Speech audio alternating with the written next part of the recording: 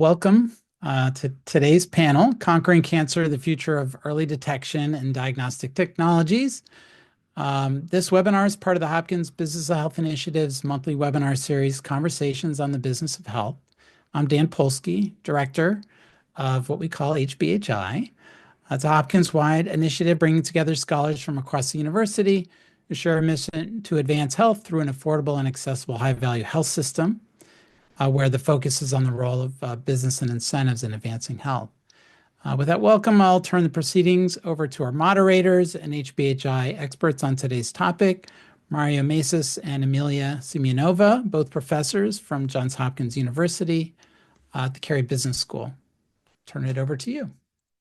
Thank you, Dan, very much. And again, good afternoon, everyone, and thanks for joining us for today's webinar. I have the pleasure of co-hosting this with my colleague, Emilia Simeonova. And so we will go until 1 p.m. We will leave some time at the end to address questions from the audience. Please use the Q&A function to ask your questions. Emilia and I will be monitoring that and so please, we are really encouraging you to ask your question. That is an important part of our conversation.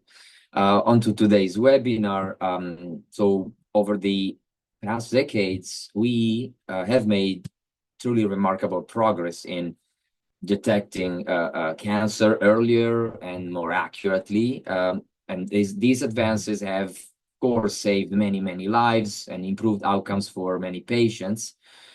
Today's conversation is about where we are, what's emerging, and where we are headed in terms of cancer detection. So we will explore promising technologies and discuss the promise and challenges that might come with them, including accuracy, access, and implementation. Of course, this topic, cancer is not just an abstract issue. Many of us in the audience have been touched by it, either personally or through the experience of family members, friends, colleagues. Detecting it even earlier than what's possible already can make an enormous difference. But the science, the technology, right, the policy questions around early detection are increasingly complex, and even sort of well-informed patients can find them hard to navigate. So with webinars like this, we aim to translate these developments into practical, helpful information that can help everyone make better informed decisions. So I'm very delighted to be joined by an extraordinary group of panelists who bring deep expertise and unique perspectives from science, medicine, business, and so I'll briefly introduce them, and then we'll jump into the discussion. We're super happy to have Paul Billings, who's the Chief Executive Officer and Director at Biological Dynamics, Jordan Green, Director of Biomaterials and Drug Delivery of the Biomaterials and Drug Delivery Laboratory, and also Professor of Biomedical Engineering here at Johns Hopkins. Dr. Lilja Solnes, who's Associate Professor and Director of Nuclear Medicine and Molecular Imaging, also here at Johns Hopkins University, and John Steuart, who's Managing Director of Steuart Ventures, and particularly who brings a really important perspective from the world of investors. So with that, I'm gonna turn it over to Emilia, who will get us started with our first question for discussion. Thank you, Mario, and thank you all for being here, and in particular to our distinguished panelists. I am going to kick it off and ask you about the past, very recent past, actually, in terms of the very long history that we've had of detecting, but not really detecting it early enough, cancer. So just over the past 10 to 20 years, where do you see the most meaningful progress in early cancer detection and diagnostics? And I am going to pick on a on one of the panelists, but everybody then will go through the rest. Feel free to ask questions in the chat, as Mario pointed out. Let's start with Dr. Solnes. Hi. So part of my job here at Johns Hopkins is to run the Theranostic Center. And the Theranostic Center has really taken off in the last few years. And at the Theranostic Center, we take very specific targets that recognize tumor cells and put radioactive material on it. And using it, we can either detect, and then if we do detect, we can change the isotope and treat cancer. And currently we're doing it clinically, and it has really revolutionized the way we treat the two current cancers that are FDA approved for this therapy, which is neuroendocrine tumor and prostate cancer. And I think the development of these targets, which recognize tumor cells and will avoid healthy tissue as it goes to the tumor cells, will really revolutionize the way we approach cancer. And then ultimately also we're excited about liquid biopsies, which may detect even before we see it on diagnostic exams. But it has really changed it dramatically in the last couple of years with molecular imaging. Thank you. On to you, Jordan. Yeah, that's very well said. I think molecular imaging has been a critical breakthrough, and a lot of that innovation happened here at Hopkins. So the FDA approval of Clarify to look at prostate cancer, it was tremendous. So, you know, a way a lot of folks maybe are familiar with diagnostics with cancer is you might have a certain kind of test, like with prostate specific antigen, a PSA test, and you could see just a number about a level of to indicate correlation with prostate cancer. But to move from that to now being able to see in a body all the different places where prostate cancer can be, whether it's regional, if it's spread, where did it spread, what amount, it's a total really breakthrough to being able to understand the disease in a patient-specific way and provide better care. And those types of innovations happened here at Hopkins and other leading institutions, you know, around the country. And then with, you know, along that side of not just seeing where the cancer is, but then being able to treat it, this emerging breakthrough area of theranostics, where you can combine the therapy and the diagnostic together. So you can not just see, but then also treat. And this could be with radioactive agents or with other emerging technologies, including some of the technologies coming out of biomedical engineering and other fields related to nanoparticles, where you can have multifunctional particles that could deliver different kinds of imaging modalities and therapeutic modalities in the same agent. And so these are really tremendous breakthroughs that have happened recently and are continuing to advance, and I think will give better and better patient care. Okay, thank you. Don. Can I? Oh, go ahead, Paul. Yeah, so my fellow panelists, I want to maybe add some color or more a general perspective to the very interesting comments that have just been made. The vast majority of cancers in the United States are diagnosed when they are symptomatic. That is, people come to their doctor with some complaint, and that's how their cancer is diagnosed. There is no universal screening program generally for cancer in this country.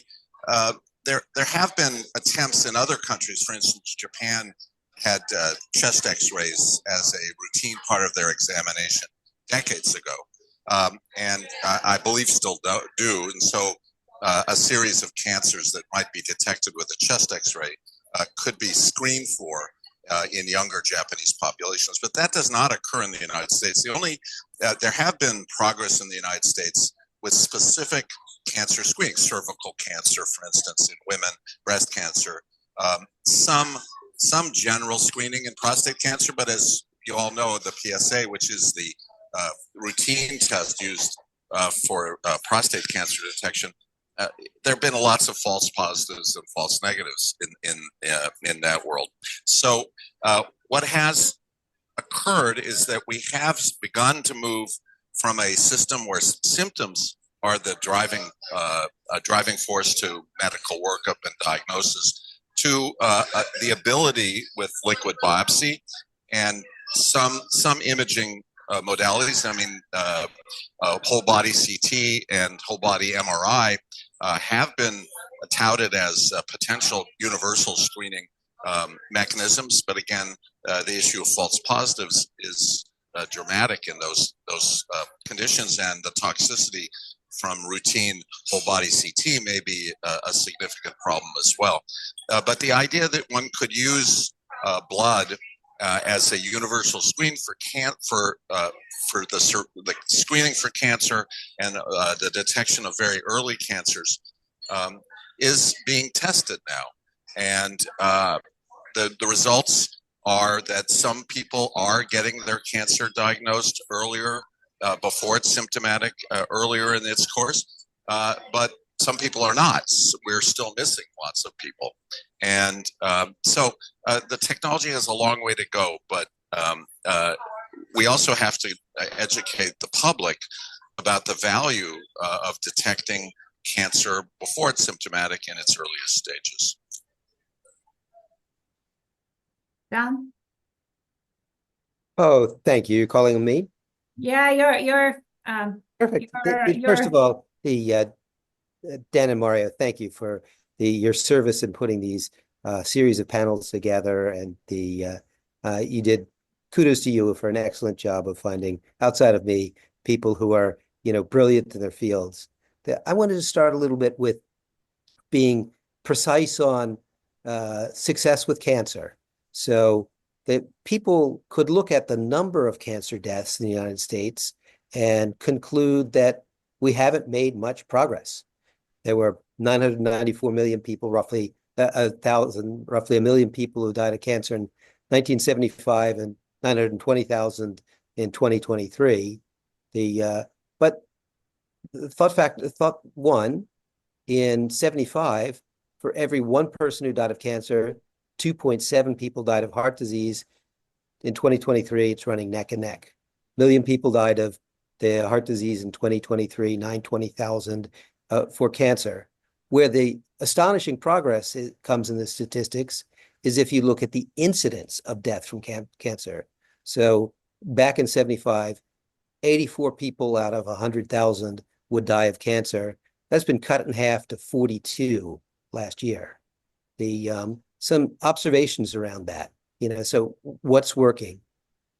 Part of it is we can all applaud ourselves for better and healthier lifestyles in general. So use you can use the thought number one, don't get old, because that's the leading contributor. Thought number two, stop smoking. The thought number three, run your lifestyle like a woman does. Women have a 40% less risk of dying of cancer than men. And this is attributable to in general, the women go to the doctor more often, take care of themselves better, eat better, and aren't in hazardous workplaces. So part of the issue is just environmental factors caused by the working in places that are dirty, industrial, and perhaps have carcinogens in the area. The outside of lifestyle, things that you can do personally, there've been a number of major mini breakthroughs. So these advances have been in mammography, have gotten better. Pap smears and HPV testing has gotten way better. Colonoscopy and FIT have gotten better. The low-dose CT and LDCT have made amazing things, and I'm sure our radiology expert will talk about these as we go on. And genetic testing, Paul's area of expertise, is exploding in that. This has led to better therapies. So the targeted therapies, immunotherapies, personalized medicine, better chemotherapy, and radiation, surgical advances. So Dr. Green will talk a little bit about his experiences in brain cancer, where miracles are being performed right now.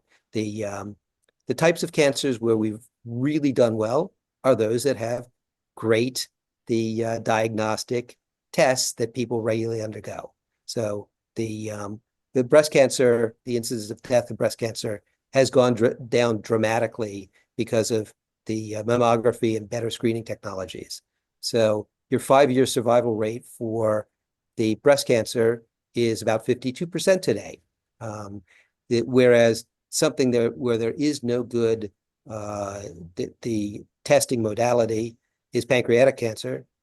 Dr. Paul is working on this, by the way, to have something that would really work. But most pancreatic cancers are caught at stage 4, and the average 1-year survival rate, hovers around 10%. So if you catch it early, your chances of using these better therapies are huge. So what are some of these therapies? I'll mention them, and the doctors in the field can talk more about it. I guess the one that catches me is the one that Jimmy Carter used. So Opdivo, if I'm pronouncing it right, reduces mortality by melanoma by 58%. Perhaps the biggest drug advance has been let me see if I can pronounce it right, Tarcebo, I think it's Keytruda.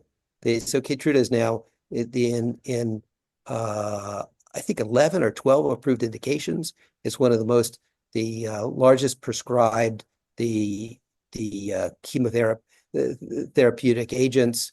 So the cancers where we've made real progress in cutting mortality rate are not necessarily in order: colorectal cancer, pancreatic cancer, uterine cancer, breast cancer, kidney cancer, and liver cancer.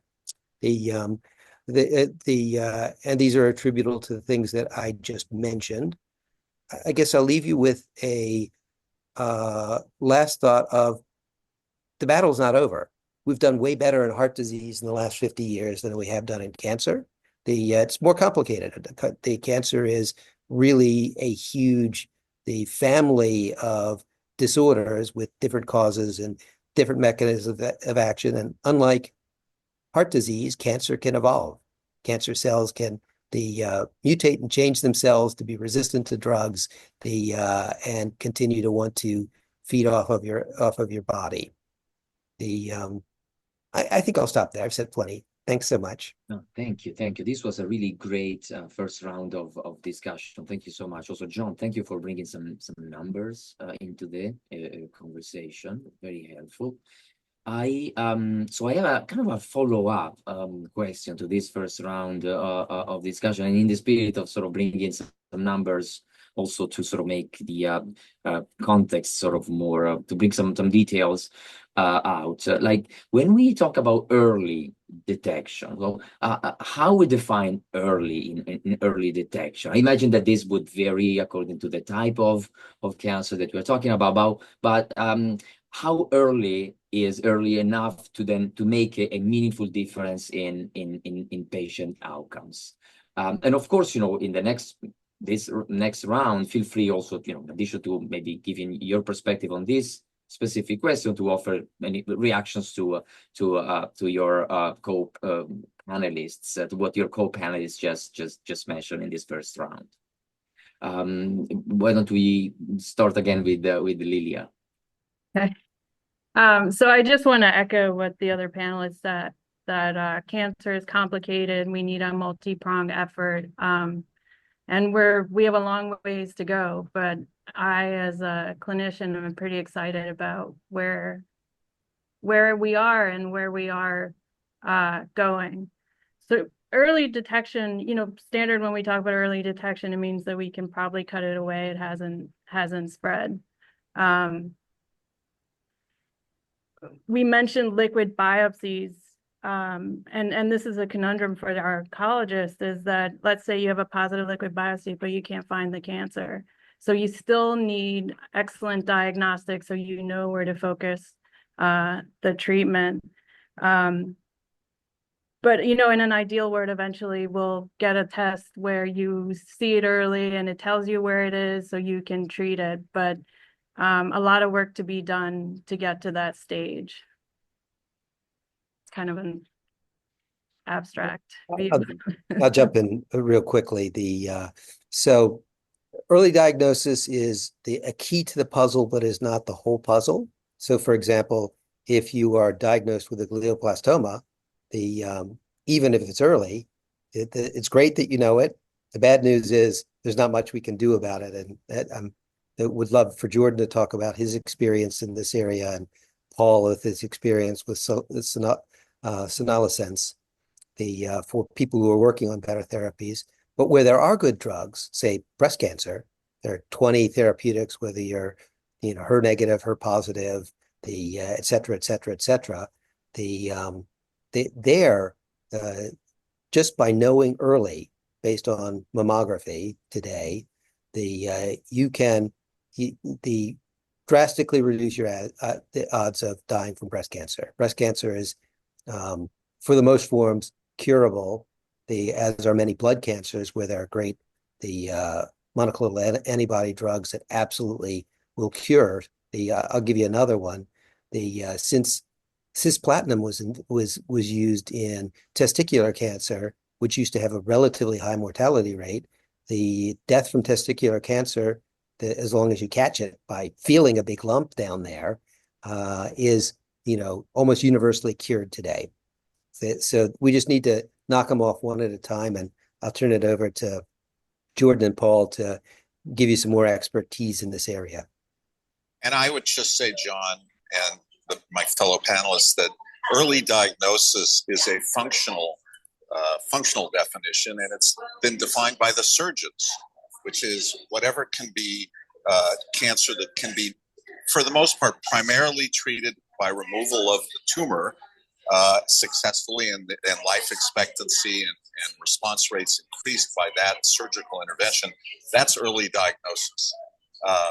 Yes, in some cases, obviously, there's residual disease. Yes, we give adjunctive chemotherapy in some cases, but in fact, early diagnosis is really, at least at this point in time, a surgical definition, and response to surgical cure. The other thing I would say, to John's earlier point about heterogeneity in cancer, both in its presentation by stage as well as just in the biology of cancer, is that some cancers are metastatic at the very earliest stages. There are examples where very, very small tumors in a particular organ are in fact accompanied by clones of the same mutation or similar mutations all over the body or in other parts of the body. So there are, unfortunately, as has been said, the biology of cancer is quite heterogeneous. And there are some situations which even surgical resection does not take care of dispersed biology. Very helpful. Jordan. These are all excellent points. So if early detection works well, where the cancer can be identified at a low stage and low grade, then it is, of course, much easier to treat. And so that's the goal, to be able to have that before it becomes something that's so difficult to manage. But as was stated, with certain types of cancers like glioblastoma or often with pancreatic cancer, it's found at a very late stage where it's very difficult to deal with. And in terms of heterogeneity, I think this is something really important for us all, that and the listeners to realize too, is that we say cancer, but it's not that it's one disease. These are all different diseases that are all abnormal. So you have abnormal growth, but it's for all different reasons. And so there's all different molecular mechanisms that then affect the types of treatments that work or more likely to work, and the challenges with metastasis and resistances.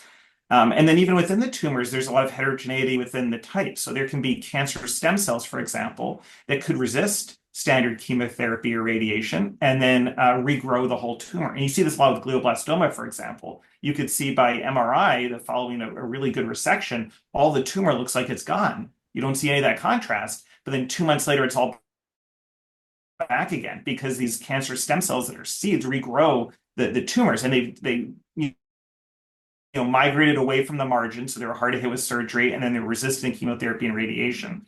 Where there is a lot of excitement, as John mentioned, are these immunotherapies like anti-PD-1 that was talked about, and other types. Also cellular immunotherapies like CAR T cells that work well with liquid tumors, but with new enhancements with immunoengineering are also working towards solid tumors. And so there is this ability in the near future to have marriages of the earlier detection methods with more advanced therapeutic methods beyond surgery to also be able to make a difference. But there is that gap. And then, as was stated, in a lot of ways, the way we treat cancer is someone already has these symptoms that have gotten pretty severe, that then they're going to the doctor to talk about it rather than trying to nip it in the bud. But our bodies actually sort of nip cancer in the bud all the time. So our immune system is surveying for abnormal cells, recognizes them as foreign, and then cytotoxic T cells destroy those cancer cells. It all happens at such a small microscopic level, we don't even realize it, but it's continuously happening, that these cells start to abnormally grow and the body attacks them and prevents that from growing further. And so on the immunotherapy side, I think it is something that in the future we'll be able to, if there are those diagnostic tests that are early that we don't know exactly where it is for surgery, that it could be that we have certain immunotherapy compounds that then let the immune system do its job even better to then find those rarer cancer cells while they're still rare. And so that's the direction that the field's going to move in the future. Yeah, and I think if I can just add to that, you know, one of the things that we're pretty excited about is combining different types of therapies to really target cancer. And so we're looking at immunotherapy with our targeted radiotherapy to see if we can sort of deliver a mega dose to the tumors. And so lots of exciting things and lots of work to be done. It's really great, so helpful. I think Emilia is ready with our next question. Yeah, so I actually have two questions from the audience that are on topic. So one of them is I'll go one by one. So the first one is about should we be changing our screening protocols and how we do early detection in conjunction with DNA, all of the advances in these genetic markers that are being discovered all the time. How do you see them informing each other, or in particular the DNA markers on screening and what kinds of screening we do? So if you could briefly comment on that, and then I'll move on to the next question we have. Well, maybe I'll start. We are moving to a world where everyone at birth will have their genomes done. And so their germline predispositions to cancer will be largely identified at birth.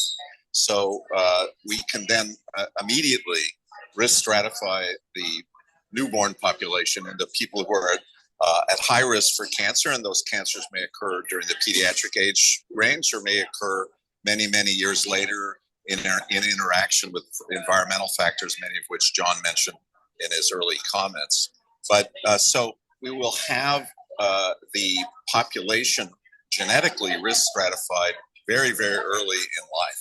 So then the question becomes, for those people at very high risk for either a particular cancer or, you know, a general group of cancers, how we're going to survey them. What is the least toxic but most effective way to survey them? And frankly, this is an area where there is really no consensus now, and whether it's imaging, liquid biopsy, I don't know what you expel in your breath or your urine. Nobody really knows how to do this. My interest has been in products of cells that are normal products of cells. These are called extracellular vesicles that cells just produce as part of their normal biology, using them as a analyte in studying when a transformation might occur, and as an early diagnostic device in the blood or in the urine or in other biological fluids. But the bottom line is, it is the ability to risk stratify is getting very good, and this will be universal, I think, very quickly. The ability to survey effectively, that's a very much open topic of research.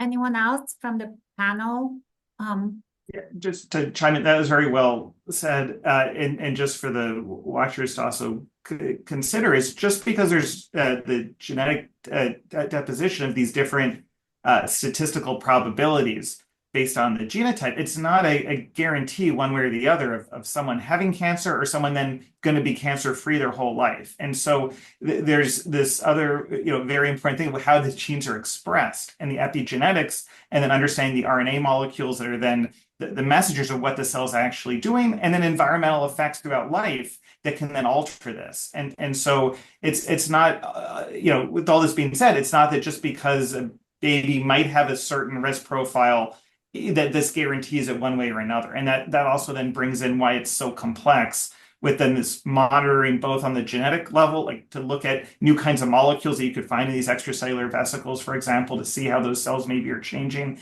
And then these imaging methods to become more and more precise, to go from very gross, fuzzy descriptions to molecular precise understanding, then gives the information to really understand what's happening with those cells and risks for cancer. Just want to, this is a really, really important observation. And I think here there will need to be a strong collaboration between clinicians on the one hand and the behavioral scientists, meaning we will need to be very careful in how we message, right? Because the words, genetic predisposition to a cancer, those words can be, obviously highly impactful emotionally and anxiety generating and so on and so forth. So there will need to be an effort, right, when in communicating and there's important information. Yeah, we already saw that with the breast cancer screening, gene screening, the BRCA screening. That was a very big deal, how to communicate. And I think the consensus is that it was not, the diagnostic tools were ahead of the communication and everything else. So it was not done in the best way. So we can learn from that.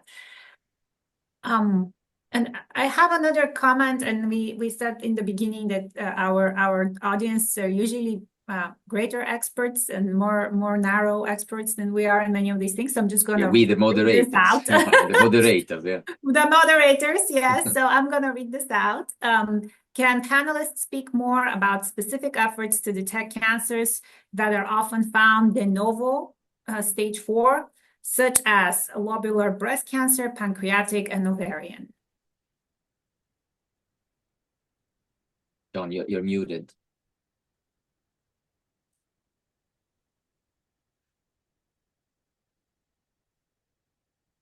My apologies. There was a dog barking, and Paul, I'll jump in for a second and turn it over quickly to you because you're really the expert in this field. So I'm just going to talk about, again, news you can use.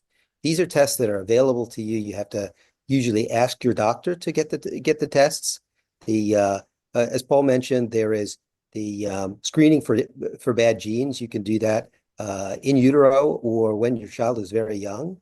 And if they have bad genes, then they ratchet up the frequency that you have tests that you take.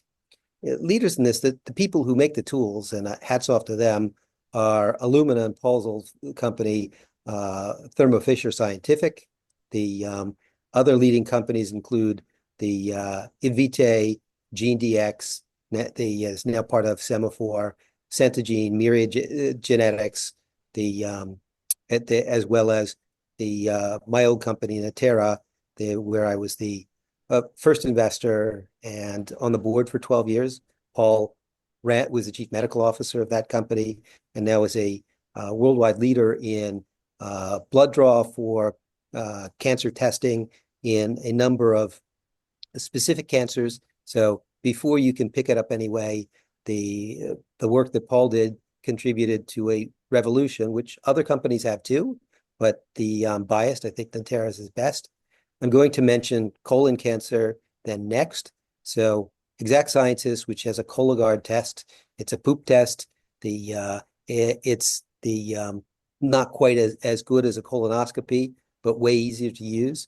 That's widely used and has made a big dent in colon cancer. Unfortunately, colon cancer and rectal cancer is increasing in young people.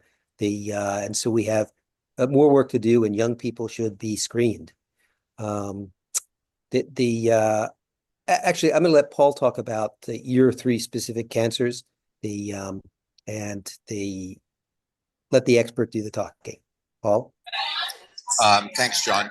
The principle is really the same for all 3, which is historically, the presentations, as I mentioned earlier, have been either when people are symptomatic or when it's incidentally picked up, but it's advanced at the time. So the idea is are there methods for detecting very early changes that would then alert the surveillance system and the medical system to prescribe surgery, prescribe immuno-oncology agents, prescribe combinations that would arrest the cancer and potentially cure it. And that, of course, then gets to the question, which has also been raised by the panel, of heterogeneity, even in a single. So if you look at, for instance, PDAC, which is the most common form of pancreatic cancer, it's pancreatic ductal adenocarcinoma, which is what PDAC stands for. There's heterogeneity even in that pathological category, either by the types of mutations or by the development of the tumor or by the position of the tumor in the pancreatic organ.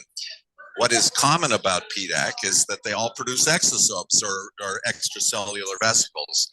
And in these extracellular vesicles, and those are produced very, very early and in normal cells as well, but in the cancerous extracellular vesicles are proteins and RNA and DNA and all sorts of and other things that we haven't yet figured out, which are signatures for cancer as opposed to normalcy. And if we can develop effectively tools to detect very, very small amounts of these cancerous extracellular vesicles, we will have a blood-based or potentially urine-based system for surveying very, very early stages of cancer. And these vesicles are produced by ovarian cancers and lung cancers and colon cancers. And basically every cell produces these vesicles. And so what we just simply need is a methodology for discriminating normal extracellular vesicles from abnormal extracellular vesicles. That's what's undergoing lots of investment and research now. In the meantime, and I would just add one other point to what John made, really, I think the major advance has been in minimal residual disease testing, which is a technique by which, and you can use, again, DNA, RNA, you can even use proteins or combinations thereof to get the performance of the test that you're looking for. But the idea is to very specifically have an assay that will tell you whether there is, after your initial therapeutic expedition, whether it be surgery or chemotherapy or whatever it is that your original treatment of your ovarian or pancreatic, is there a disease still present, or have you essentially molecularly removed that disease? And then is your current additional treatment reducing that even more, or do you not need to do any additional treatment? And that's actually very, very important, because historically we have overtreated early stages of disease. For instance, breast cancer, as an example, maybe a few years ago, 30% of the women who were already cured of their breast cancer were getting toxic chemotherapy, and that had side effects and all sorts of physical as well as mental complications associated with overtreatment. The application of MRD in those situations allows us to not treat certain people who are already cured, and that's a wonderful thing. So for my money, right now, the general application of MRD-like approaches is a very important advance in the management of cancer, the specific cancers that were just described. And then research on things like extracellular vesicles as a very, very early diagnostic differentiator is the other application that I'm particularly excited about. Was your question for pancreatic, uterine, and breast. What were the three cancers you asked for? Yeah, yeah, de novo stage 4 that are frequently diagnosed at that level. Yeah, I'll quickly speak through the advances by time that have come up in these fields. So for the uterine cancer, the between 69 and 97, deaths per 100,000 women have decreased from 6 to 4 per 100,000. So we're doing 1/3 better. There's also an increase in detection or incidence of uterine cancer. So it's a very important cancer to catch early if we can. The foundational advances in the field, they came in 1971. That's when computed tomography, CT scanning, enhanced imaging capabilities came along. And in the 80s, the adoption of transvaginal ultrasound for improved utilization in the uterus was widely deployed by places like Johns Hopkins. There have been advances in the 90s in surgical and hormonal therapies. This would include the laparoscopic, the hysterectomy becoming the standard. This would be hormonal therapies, particularly progestins. They didn't come along, and these were used for end-stage endometrial cancer for the patients that it would work for. In the 2000s, we started to have the molecular insights. So we had the identification of MRI or mismatched repair, the deficiencies and microsatellite instability, MSRI, for endometrial cancers. In the 2010s, immunotherapy therapies emerged. This is going to include Keytruda, which I mentioned earlier, for tumors that are MRI-H or dMMR, in certain endometrial cancers. In the 2020s, we're beginning to have personalized medicine and novel diagnostics in uterine cancer. So the Jemperli, if I'm pronouncing it right, was approved by the FDA in 2021. That there is demonstrated progression-free survival if you use additional immunotherapy. This would be Ruby or the NRG GY, the 018 therapies. Durvalumab, if I'm pronouncing it right, was approved by the FDA in 2024, so just last year. And a new drug has just been introduced right now, or I should say test. This is the WID-QEC test. It's a non-invasive swab for the early detection of endometrial cancer, allowing us to get to this type of uterine cancer before the stage 4, which I think is the goal.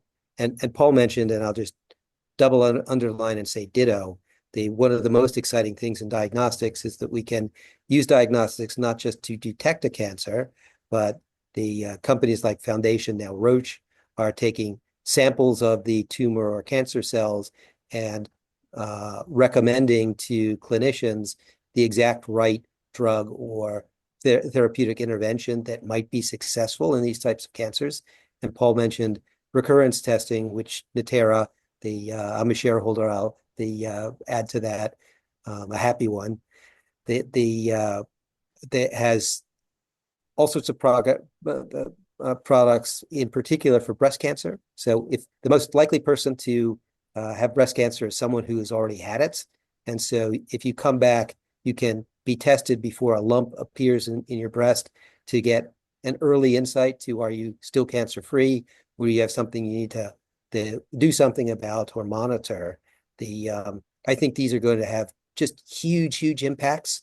And remember, with breast cancer, although many women elect to have a radical mastectomy or double mastectomy, some prefer the lumpectomy, and prefer cosmetic reconstruction. So about 20% of the breast implant market are implants. I had a project called Lipomatrix, which made a radiolucent breast implant, which is not in adoption today. It got spiked by the company that acquired them.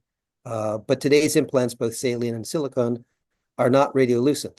So if your new tumor is hanging out close to the implant, you can't see it on a mammogram, even if they do a the procedure called an Eklund procedure, you might miss it. So that if anyone has family members or friends that have breast cancer, I can't recommend enough doing recurrence testing with one of the various diagnostics that are available. Thank you. Thank you, John. I'll Lilja, just did you add wanna- what the panelist was asking is with pancreatic and ovarian, we haven't made the strides that we have in other cancers for sure. And these patients tend to be pretty advanced once we discover it. Some of the things that my colleagues want to look at are, can we image precursor cells, particularly in ovarian cancer, where we can identify it and remove before it does spread. And so that's one way to approach it. And certainly if we had a liquid biopsy or a genetic profile and then you had this imaging agent, that would be helpful. But there's one thing in all of this, it's great when we can tell someone they're at risk for XYZ, but it's a difficult conversation if you have no therapy for the patients, and what do we do with that? We really need to work simultaneously on identifying patients at risk, but also having something for them, treatment available to them. Such important. But I think where we're going is we're going towards a personalized to the individual precision medicine way of treating patients in the very, very near future. Yeah, such important points. Maybe Jordan can take the next question. So at a very general level, I think the public understands that in the development of new technologies in this space, there's a role, obviously big one, for universities, researchers there, for the federal government funding that research, and also for research and investment that's happening in the private sector. I'm curious, what does the interaction between university research with federal funding and the private sector, the investment that's coming from there, what does that look like? Are we doing enough in the United States? Do we have enough of those interactions, of the right type of interactions? Why don't you give us your perspective, Jordan? Sure. Well, the United States does this fairly well, but it could be done a lot better too. There's definitely a lot of opportunity for growth because a lot of the innovative technologies, whether on the diagnostic side or the therapeutic side, a lot of them are in labs in academia, or it could be with really early startup companies that are taking these risks on high risk, high reward ideas that haven't been validated. And so it's very discovery based. And it's something where it could take a long time.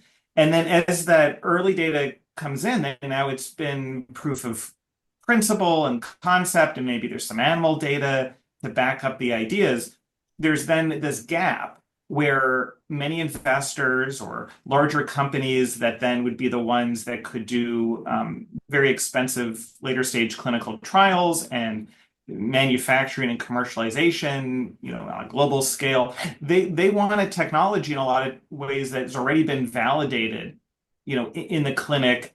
It has low risk. They're going to put a lot of money into it, and then they can get a lot of profit from it being successful. But now there's this valley of death in the middle of how do you get that clinical validation when there's still so much risk because it hasn't been done before. And this is also when it's a whole new area. So for example, immunotherapy for cancer. This was something that wasn't looked at as promising if we go back, a few decades. It was seen as, there isn't really an opportunity there. And then once there's the first successes, now there's a lot of interest and a lot of others coming in with Me Too because they see the potential and it has been validated and it can help a lot of people. So once it's been validated, then a lot of the money will come in. But at the beginning, it's hard with the new ideas, whether it's detecting cancer with novel kinds of assays that are looking at these molecular signatures and nucleic acids or extracellular vesicles, or whether it's a new maybe low-cost paper-based technology that could be disseminated broadly, or it's a new kind of imaging technology that to understand things. It's harder to then have those investors. So if there's different investor groups or angel investors or venture capitalists that'll take these bigger bets earlier, whether there's government, state, or federal incentives to do this. Actually, in Maryland, Maryland TEDCO has a number of initiatives that are very great for helping innovations get out of a university lab into a Maryland company and to fund early stage companies doing innovative research. So those kind of investments, I think, are really critical, because otherwise there's just this disconnect where the really promising technologies never get the opportunity to be evaluated and to shine. And they're not all going to work. But by increasing this pipeline, you're going to get a lot of hits that'll then end up being grand slams and really being able to make a difference. Hey, Jordan, That is so helpful. wouldn't mind talking on. I know that I want to get the other panelists' perspective on this specific question, but I'm looking at the clock, and I just want to mention that I know Emilia has an important question about access later. So if we could keep the next set of, I do want to hear from John, Paul, Lilja on this specific question, but just be warned that there's another question that we have to get to that's very important, patient access. Go ahead, John. Yeah, I just wanted to ask Jordan if he wouldn't mind sharing the Avastin story, which is another, radically successful therapy in breast cancer that was originally the laughingstock of the research community. And Jordan's an expert on the Avastin, Lucentis, and VEGF compounds, so I think it's an interesting story for the audience. And then for Lilja and Jordan as the grant-based researchers, I'm really curious about your experience with the culture wars, because I see, just like the Cultural Revolution in China, where the intellectuals and researchers were laughed at and sent into concentration camps. We now have a climate where there's a broad assault on research science, the Harvard and Columbia being poster children for this. And I'm curious how it's affecting your work and the climate in Johns Hopkins. So just to take a time, though, just to be brief. So with cancer overall, for a long time, surgery, chemotherapy, radiation were the planks. And so the idea that angiogenesis, or that the cancer cells need to recruit a blood supply in order to be able to grow, that was a very novel idea. And it took a lot of scientists and physicians working together to really convince the field that there was merit there. And it turned, though, from a business standpoint, into blockbuster drugs. And then it didn't help just with cancer. It ends up then being blockbuster drugs to help with vision and other diseases where abnormal blood vessel growth is important. And so this, again, shows how important it is to let these early stage discoveries have the funding and the time and the bandwidth to develop and really become something of value, and then to be evaluated in clinical studies with patients. And it does break paradigms. And now angiogenesis, anti-angiogenesis is a plank for cancer therapy. And then immunotherapy, the same thing. It wasn't initially seen as a viable strategy. And now it's a new pillar of treatment options that for some patients, we've talked about these late stage, stage 4 cancer patients. For some of them, immunotherapy can really be essentially a cure, this durable treatment that it's just amazing. But I think there's some other questions, but I'd be happy to circle back to this, if there's time. Yeah, so I just wanted to have your just brief comments on access. So we've heard about these great new things that are coming down the pipeline, which are very exciting. But what about pricing, costs, coverage, and so on from your experience? How does that work? Where are the pain points, and what can we do as a community to improve access across the board?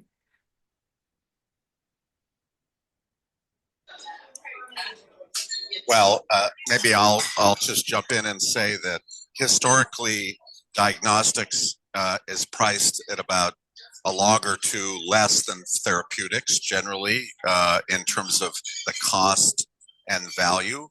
Diagnostics are incredibly valuable and ever more valuable, as we've suggested by this panel, in the healthcare system, yet they're relatively less valued in terms of pricing as compared with, or with revenue as compared with therapeutics. I will say that historically the system has been very vacant. The laboratory-derived test system has generated really a remarkable array of products that are valuable and accessible in principle, but our payment system and our regulatory system has been very slow to recognize this and value this. And so I would say that how we decide how we pay for things and then what we pay for, and insisting that the payment system recognize the value of diagnostics has to be something that we work on in the near term. I'll jump in too. The American healthcare system is broken in so many ways. For access, to me, what's the most important is we still have millions who do not have good access to healthcare because it's prohibitively expensive and their insurance plans are riddled with exceptions and holes, and the insurance companies do everything they can to not pay out. Access problem one, African Americans, so say it this way, cancer is racist. African Americans die at substantially higher rates than Caucasian Americans. The Hispanic Americans are somewhere in the middle. It's elitist, it's classist. Poor people die of cancer at much higher rates than middle class and rich people do. It's completely fixable. If we either adopted Medicare for all or universal health care, this problem of access would go away. Our system costs, in terms of percentage of GDP, twice what Europe costs and twice what Japan costs, with no measurable better the longevity. As a matter of fact, people live longer in Europe and Japan than they do in the United States, particularly men. So all of the other problems with a broken system of defensive practice and lawsuits and so on, are going to be slowly tackled over time, but they're solvable. Progress is here. The one that is near and dear to my heart is we have a mismatch between rewarding old, outdated therapies versus new, novel ones, often which are not only more effective, but less expensive. So I'll put it this way. In the early days of Natera, if you picture our patients as being a family walking into Burger King, and you order your Big Macs and the Whopper, I guess it would be Whopper there, and fries and drinks and so on. You go back to the table, you eat it. Burger King then sends the family a bill, and 120 days later, about 40% of the patients pay for the service you've given them. That was the reality for Natera for years. Most companies go out of business if they're not funded by the people like me. So the reimbursement could be fixed. It could be fixed to reward less expensive and novel new therapies in both the diagnostic and therapeutic side. This just takes the will of people in Washington, which are egged on by you, the audience. Everyone can write to their congressmen and speak out with their friends and say, we need to do something about the problems of access. I'll just add a couple of things. There's dissemination of knowledge. We need to do better to make sure that everyone knows what treatments are available, sort of new discoveries. We need infrastructure to deliver those new discoveries. With radioactive material, you can't get it sometimes to the middle of the country. And then there is equipment that you need in certain areas to actually perform the diagnostic studies. So improvement in information dissemination and infrastructure building would help too. We're at the hour. I'm gonna let Mario conclude as he started.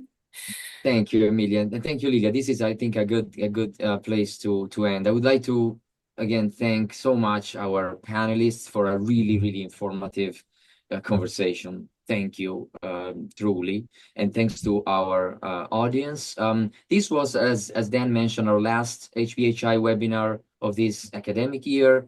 We are planning our webinars for after the summer. Information about those will be sent by email and shown also on the HPHI website. I also want to remind the audience that we have a YouTube channel with where you can find recordings of our past webinar. The recording of this webinar will also be posted there. And with that, thank you again very much. Thank you so much. This was great. Thank you. Thanks to the Yeah. panelists. This was really, I learned a lot. Thank you. Yeah, me too. Bye. Me too.